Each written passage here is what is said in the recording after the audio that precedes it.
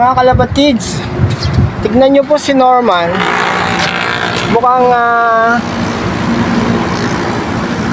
nagkaroon ng pagbabago itong si Norman, oh.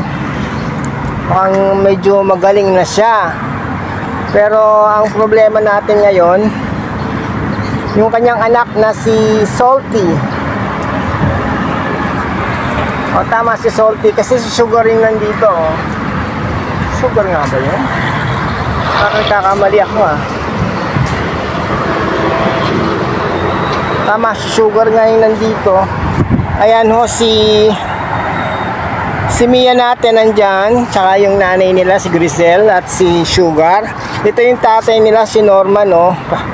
Parang nakaka-recover na sa kanyang sakit. Pero medyo mahina pa siya, pero at least nalagpasan niya yung 3 days na ano natin, kasi nung May 30 siya nag-start ng pagkakasakit, eh. At least natutukan na natin siya. Sana po ay magtuloy-tuloy yung kanyang paggaling, kasi po yung kanyang anak na si Salty, ayun, oh, nanghihina na. Parang hindi na makakaya, hindi na kayang mabuhay. Ayan po yung anak nila, oh, si Salty, nanghina. Kawawa naman. Salty, ano, isang araw lakas-lakas nyo kumain ng oregano. Bakit ganyan? Magagaya ka ba kay Pichito? Mawawala ka rin sa akin? Kaya mo yan. Nakainom ka na ng Bioflu kanina, eh. Pinadiguan kita, binilad kita sa araw, o pinainom na kita ng tubig kanina, pinakain kita. Kaya mo yan. Ito nga yung bulak ko, pinang ko sa'yo sa pag-inom mo. Kaya mo yan. Kayanin mo. Inaalagaan naman kita, eh. Salty, uy, kaya mo yan. Kaya mo yan. Huwag kang bibitaw, ha. Kaya mo yan, Salty. Huwag kang bibitaw. Tama yung tatay mo, si Norman. Nakaka-recover na. Dapat ganun ka din, para maging kasintapang mo ng tatay mo, ha. Huwag kang bibitaw, Norman. Sugar, Salty. Si Salty ito, konti yung batik-batik sa sa ulo. Si Sugar yung nandun.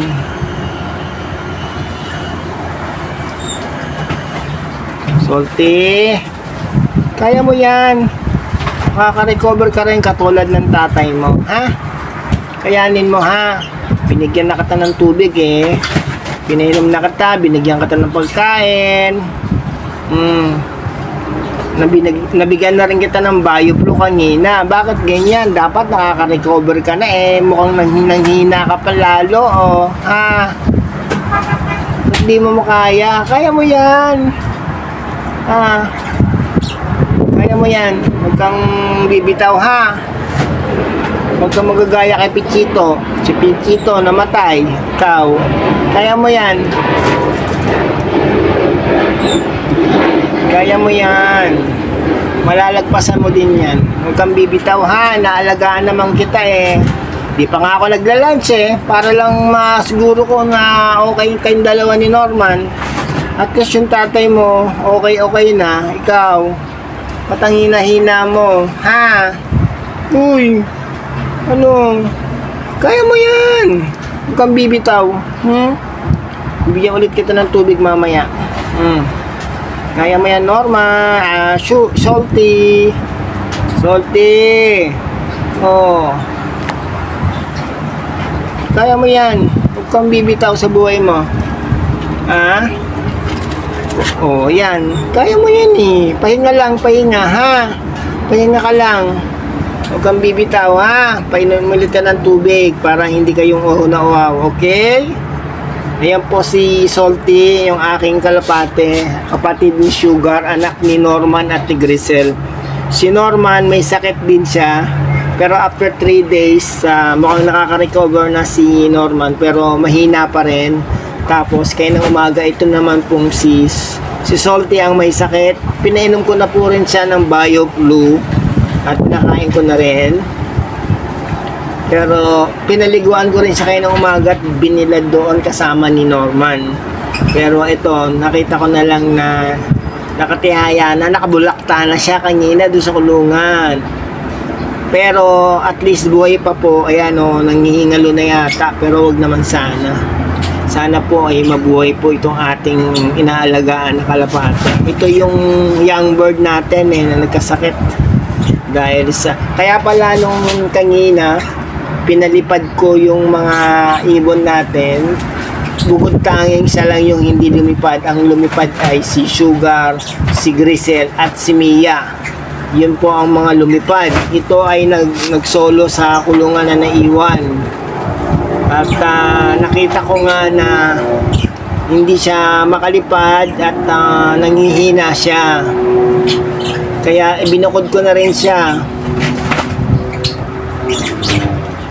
Binukod ko siya dun sa 3 pero isinama ko siya sa tatay niya. Tama ba yung ginawa ko? Parang mali parang kasi yung isa papagaling na tapos ito naman ay bago pa lang nagkakasakit. Tingnan nyo, hinang-hina siya. Pero kanina talaga, pinainom ko na to ng BioFlu. Pinaliguan ko at ibinilad ko sa sa ibabaw ng water tank. Katulad ng ginagawa ko rin sa tatay niya, si Norman. Si Norman medyo nakaka-recover na, pero pagka tumatayo, medyo mahina pa. Pero at least, nakikita kong umiinom na ng sarili niya na si Norman, umiinom na ng tubig. So ibig sabihin, pagaling na po si Norman. Ito na lang pong anak nila na si Salty. Ang kailangan makarecover din at gumaling. So hinang-hina po siya, pero pinainom ko po siya ng tubig kanina. Ayan Ito yung ginamit ko na bulak para tumulo sa kanyang bibig yung tubig na pinapainom ko sa kanya. Wala kasi akong syringe dito o kaya dropper para mapainom natin ng maayos itong ating kalapate. Pero sana po ay makarecover siya, makayanan niya yung sakit na dumapo sa kanya. Kaya yan, huwag kang bibitaw ha, Salty. Please, huwag kang bibitaw. Kaya mo yan, naalagaan naman kita Kaya mo yan, huwag kang gagaya kay Pichito na bumigay. Kaya mo yan, si tatay mga si Norman magaling na, nakaka-recover na. So ikaw, sana makarecover ka din. Pero kita niyo naman hinang-hina na talaga siya. Guys, sana po bukas ay buhay pa ito at makarecover siya. Napainom ko na po siya ng BioFlu kanina at pinaliguan ko binilad sa araw. Pero ito nga ang nakita natin, hinang-hina na siya at parang nangihingalo na. Pero sana humaba pa yung buhay niya, gumaling sana siya. Kasi binabantayan naman natin siya, tinitignan natin ang kanyang development. Kaya mo yan, Salty, kaya mo yan. Huwag mong iwan yung kapatid mo. Kumain naman kayo ng oregano ng isang araw Dapat malakas ka.